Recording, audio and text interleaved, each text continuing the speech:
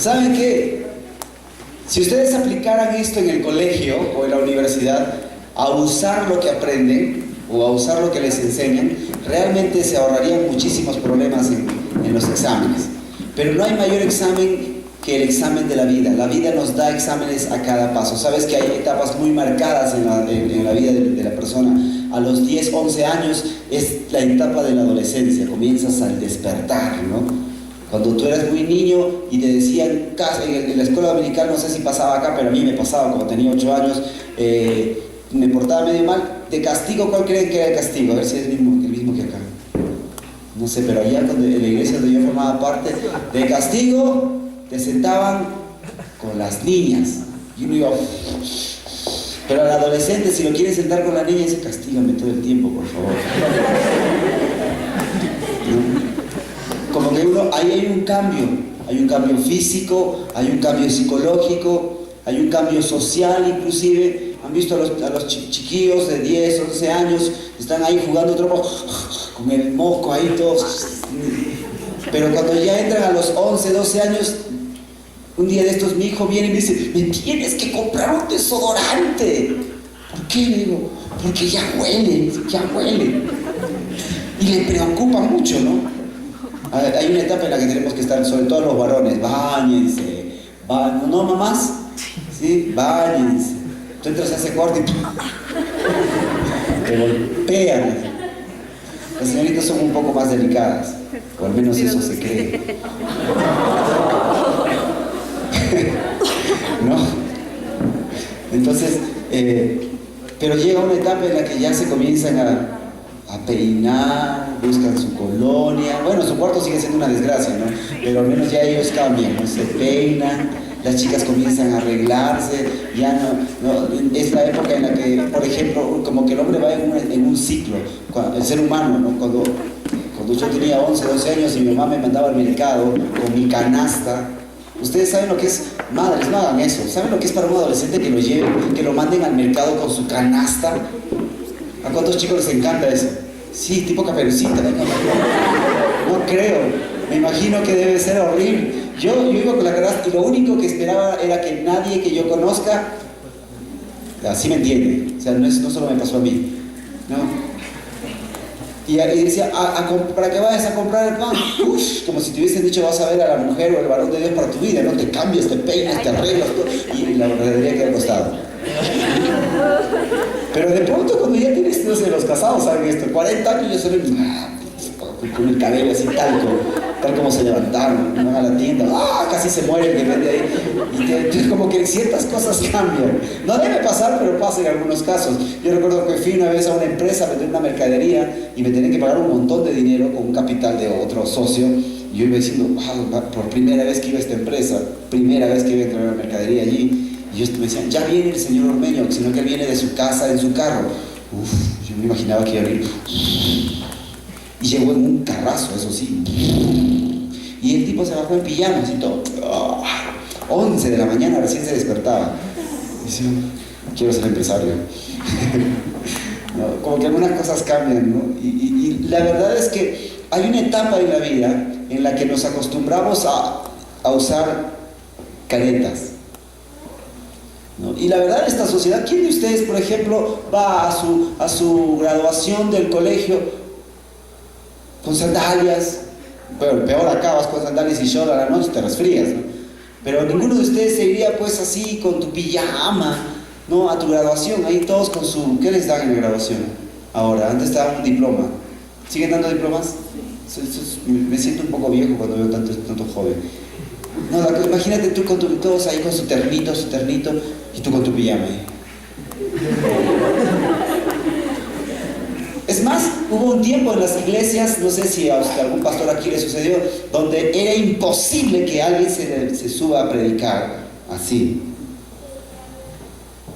Y yo tuve un conflicto en la iglesia, porque yo siempre trabajé con jóvenes, y el día que tomé el pastorado de la iglesia, mi papá es un pastor ya con sus años, y él siempre formal, camisa, corbata, terno, y a veces hasta chaleco, pantalón de vestir y zapatos, ¿no? Yo ministrando con jóvenes, inclusive he predicado con shorts, sandalias y mi polo así, pero en un campamento de jóvenes. Así que cuando me dan el pastorado de la iglesia, la primera vez que yo predico con polo, con mi jean desgastado y mis zapatillas. Yo ni cuenta me había dado, porque siempre había ministrado así, pero me di cuenta cuando comencé a mirar las caras. Y yo comencé a preguntar, ¿qué onda? ¿Qué fue? ¿Qué pasó con ustedes? Y alguien se me acercó y me dijo, pastor, así no se predica. Yo prediqué mal, revisé mi bosquejo, que había dicho mal, ¿no? Y ya luego mi papá me habló y me dijo, hijo, yo sé que tú eres joven y que tenía 30 años ahí, eso fue hace 5 años atrás, 35 años, casi 6. Me dijo, hijo, para mí fue un conflicto, porque yo creo que las corbatas las inventó el diablo, honestamente. Yo creo que las corbatas las inventó el diablo. Pues ¿ustedes saben el origen de las corbatas?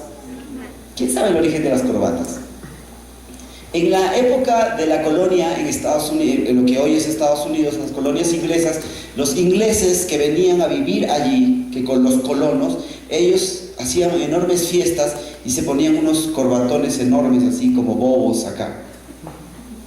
Y entonces, uno de los criollos o de los que habían nacido allí y que eran menospreciados, no los dejaban entrar a estas fiestas, así que ellos organizaron sus propias fiestas, y para burlarse de los grandes potentados del té, porque era gente que cultivaba mucho el té y hacía mucho dinero con ello, entonces ya no se ponían corbatones grandes, sino se ponían unas cosas largas, anchas, pero la verdad que simbolizaban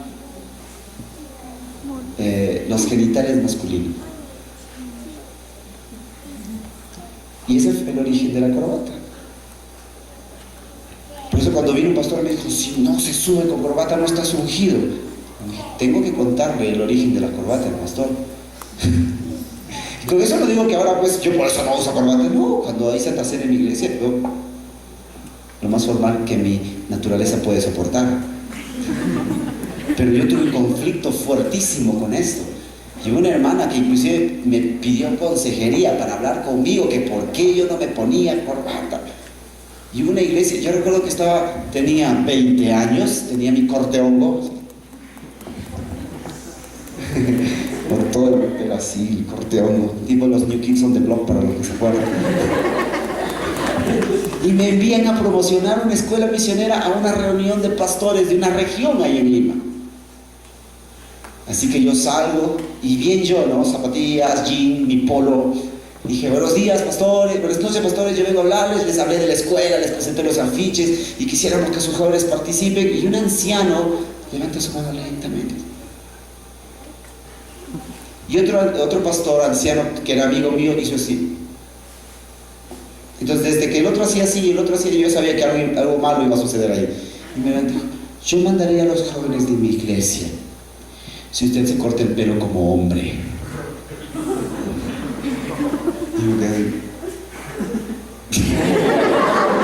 Porque se me caía el cabello, porque estaba muy largo.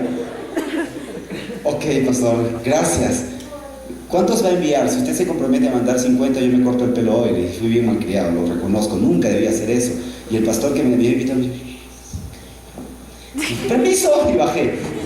Y me habló y me explicó que los choques culturales, los choques de generaciones, él venía de otra generación y cosas por el estilo. Entonces, sin embargo, cada generación desarrolla sus propias caretas. En el colegio, por ejemplo, ¿no? Si te pones cierta zapatilla, cierto zapato, cierta camisa.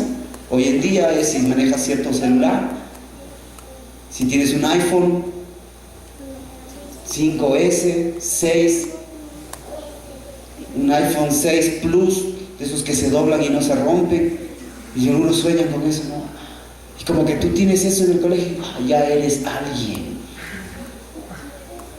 Y no, pero esta sociedad funciona con caretas. ¿Sabes dónde comenzó esta tendencia? ¿Tú sabes quiénes fueron los primeros en inventar la moda guachafa?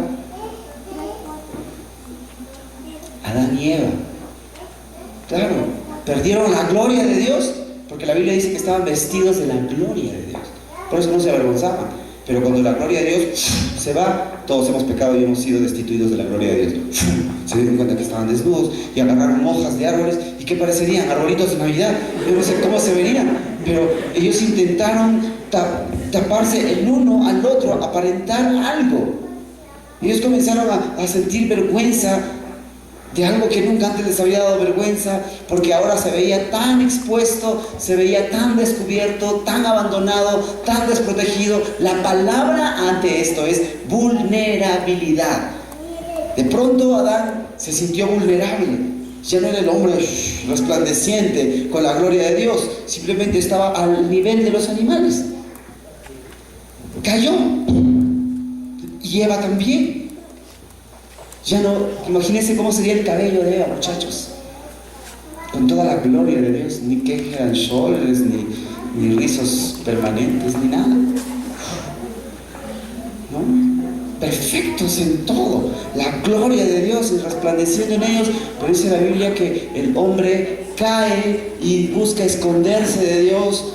La primera careta que el hombre trata de ponerse es entre él y Dios. Trata de engañar a Dios, o al menos de despistarlo. ¿Dónde estás? ¿Se acuerdan de ese pasaje de la Biblia? Dios le pregunta al hombre, ¿dónde estás? ¿Qué fue? Que Dios estaba durmiendo en su trono celestial y dijo, voy a hablar con el hombre. Dios se le metió y me dijo, ¿dónde está mi hijo? ¿Ustedes creen que fue así? ¿Que de pronto se le perdió a Adán al Padre Celestial? ¿Acaso Dios no sabía dónde estaba? Yo imagino al Espíritu de Dios hablando en el huerto, ¿dónde estás? Y Dios sabía dónde estaba Adán. Porque cuando Dios le estaba hablando a Adán de dónde estás, no le estaba preguntando porque él no sabía, sino le estaba hablando no de un sentido de ubicuidad, no le estaba hablando en un sentido de geográfico, sino de la condición en la que está. Y el hombre no le dice, estoy aquí escondido. Lo que el hombre le dice es, estoy desnudo. Y él le entiende muy bien la pregunta a Dios. Cuando Dios le dice, ¿dónde estás? No le está hablando de un lugar, sino de una condición. Y como Adán todavía estaba recién caidito, todavía muchas cosas no se habían ido degenerando en él, apenas recién había pecado, la degeneración vino después, mucho más, pero en ese momento él comienza a tratar de responderle, le entiende la pregunta a Dios y le dice, estoy aquí escondido debajo de un árbol. No, él le dice, estoy desnudo, porque tuve miedo, me he escondido. Y el hombre comienza a vivir una cultura de caretas. Hay una época, y nosotros conocimos a un hermano, él era bastante prieto, de color oscuro, por raza, ¿no? Acá no hay ni uno así, él era bien oscuro. Y en Arequipa el cielo ha perdido mucho la capa de ozono. Tenemos una capa de ozono muy delgada y hay zonas de la ciudad donde no hay capa de ozono. Y el sol allí no te quema. En Arequipa el sol te duele. Cuando te cae el sol directo, te queda doliendo la piel porque no hay capa de ozono. Así que es una ley en los colegios y también en los trabajadores que trabajan al aire libre, ir con la cara y el cuerpo con protector solar. A todos los chicos del colegio hay que mandarlos así. Y este hermano iba con la cara, pues parecía payaso, porque estaba blanca su cara. Siempre iba su cara blanca. Yo un día le digo, oye, ¿y por qué? Yo no sabía, recién había venido a vivir a la ciudad de Arequipa. Digo, ¿por qué tu cara está blanca? Y me miró y me dijo, porque si no el sol me quema y me pongo negro. Ok, dije.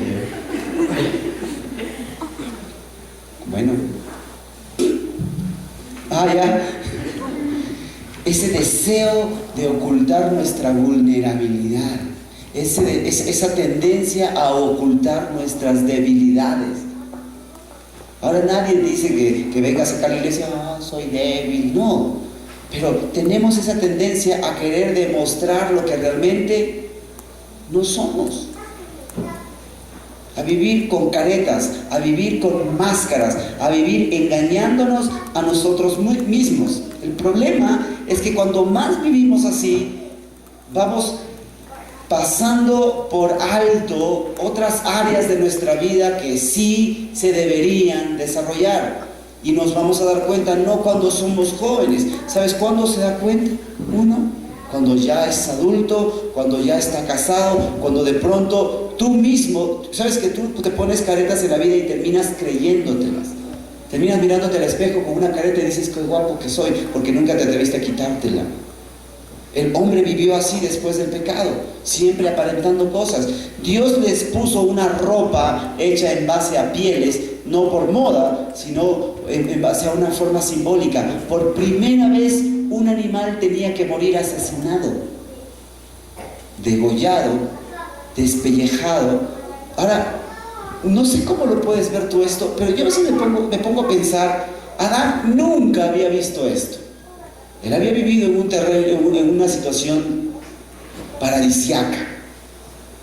Nunca había visto morir a un animal de muerte cruel. Y sin embargo, el día que peca, ve cómo Dios mismo despedaza a un animal. Él pudo ver cómo Dios lo despellejaba. No sé si ustedes han visto alguna vez la muerte de un animal. Por ejemplo, si matan un pollo, como que pobrecito el pollo, no te hace mucho efecto, ¿no? Pero si atropellan a un perrito,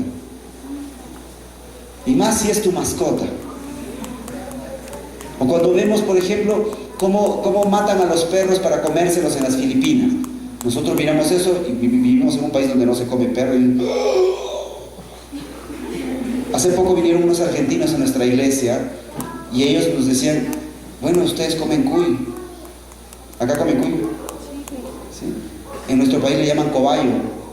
Y en nuestro país los cobayos son mascotas, ¿no? Para nosotros es bien difícil ver cuando te sirven el cuy ahí. Y él me dijo así, es como que te sirven a tu perrito así frito en tu plato. ¿Cuántos tienen perritos? ¿Te lo imaginas que te vayas a otro país y te lo sirvan frito? Te produciría una sensación así. Imagínate cómo se sintió Adán cuando Dios despellejó un animal. Y cómo se sintió cuando de pronto Dios le pone encima del cuerpo esa piel. Debe haber sido una experiencia terrible. Porque de esa manera Dios le estaba mostrando al hombre que él necesitaba una redención.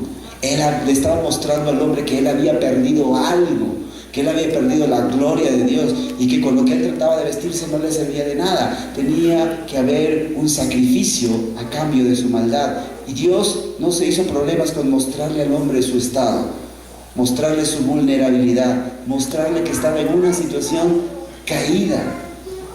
No es que Dios vino y le dijo, no pasó nada, hijito, vamos a pegarle al diablo. Diablo malo, pobre mi hijito. No, Dios fue muy claro. Le dijo, ciertamente morirás. Y cuando se dio todo, Dios le dice, maldita será la tierra por tu causa. Fue muy duro. Y no es porque Dios estaba enojado con el hombre, Dios estaba dolido, triste. Inmediatamente sacrifica un animal, cubre al hombre para mostrarle que él necesita volver a ser cubierto, pero que alguien tiene que morir por él. Y el hombre desde ahí comienza a entender esto. Pero la humanidad ha ido creándose caretas, creándose físicamente ciertas marcas. Yo trabajaba en una iglesia, y en esta iglesia había un muchacho que trabajaba en una empresa, en una industria que fabricaban pantalones jeans. Y él me mostró una vez 2 jeans, uno con etiqueta y otro sin etiqueta. Y me dijo, son los mismos jeans, son la misma calidad, es el mismo material, pero a este le vamos a poner la etiqueta de Parada 111. ¿Han oído la marca Parada 111? Y va a costar 170 soles en el Jirón de la Unión. Y este jean, le vamos a poner una marquita cualquiera y lo vas a encontrar a 40 soles allá en Gamarra. Sabes que las etiquetas que nos ponemos, las marcas que nos ponemos en la vida, son exactamente así. Dios conoce nuestro verdadero valor, pero el pecado nos muestra cuán vulnerables somos. Y Satanás se encarga de querer hacernos ver cada día más y más y más mediocres, perdedores, exacerba nuestros errores para que nosotros busquemos tratar de aparentar ser lo que no somos. Y entonces de pronto comenzamos a mostrar una careta en la iglesia, comenzamos a mostrar una careta en el colegio, y a veces logramos mostrarle una careta a nuestros propios padres. llegamos a hacerles creer a ellos, yo soy muy bueno. Estoy hablando de mí mismo, porque yo crecí siendo el hijo ejemplo. Era de esos hijos de pastor que venían con sus hermanos a la iglesia, y tenía mi hermano mayor, y venían los hermanos de la iglesia y decían, ese Samuel es un malcriado, ¿cómo no fuera como el Elielcito? Él sí es un buen chico. Pero yo sabía muy bien que dentro de mi vida habían cosas terribles, pero se las oculté a mis padres. ¿Sabes qué dice la Biblia? En Santiago capítulo 3, versículos 11 y 12 dice: ¿puede acaso brotar de una misma fuente agua dulce y salada? Hermanos míos, ¿acaso puede dar aceitunas una higuera o higos una vid? Pues tampoco una fuente de agua salada puede dar agua dulce. Di conmigo así: una fuente de agua salada no puede dar agua dulce. Di conmigo así: brotar, dar fruto, resultado. Nuestra vida, tarde o temprano, va a dar di conmigo así, mi vida, dilo así, mi vida, tarde o temprano, va a dar un resultado. Siempre es así. Hay familias en nuestro país, y en todos los países pasa esto. Por ejemplo, las famosas familias bien, gente muy adinerada, que de pronto en una primera o segunda o en una tercera generación sale por ahí un hijo asesino, alguien que mata al padre, extorsiona a la madre. ¿Han oído de casos así en los noticieros? ¿Y ustedes qué creen? ¿Que eso pasó de la noche a la mañana? ¿Habrá sucedido así de pronto? ¿O será que esas familias mostraron una careta ante la sociedad? Mi hermana trabajó una vez como nana en la casa de una señora. Ella tenía el auto último modelo. Cuando fue a recoger a la casa de mis tíos, tú veías ese auto y decías, quiero uno. Y yo en mi corazón dije, qué bueno, le va a ir bien a mi hermana, porque es una persona con estabilidad, con dinero, le van a pagar bien. A la semana mi hermana regresó y me dijo, esta señora es una farsa. Su casa es impresionante por fuera. Lo más bonito de su casa es su garage, porque es el que se abre y se nota a la calle, pero por dentro no tienen ni muebles, y a veces no tienen ni para comer, y me han contratado a mí solo para aparentar que tienen una nana, pero realmente no me van a pagar, porque se había acostumbrado a un sistema de vida, le fueron mal en los negocios, estaba a punto de perder su casa, pero se iba a tomar el té con sus amigas. Y obvio, no podía mostrarles que estaba en una situación mala.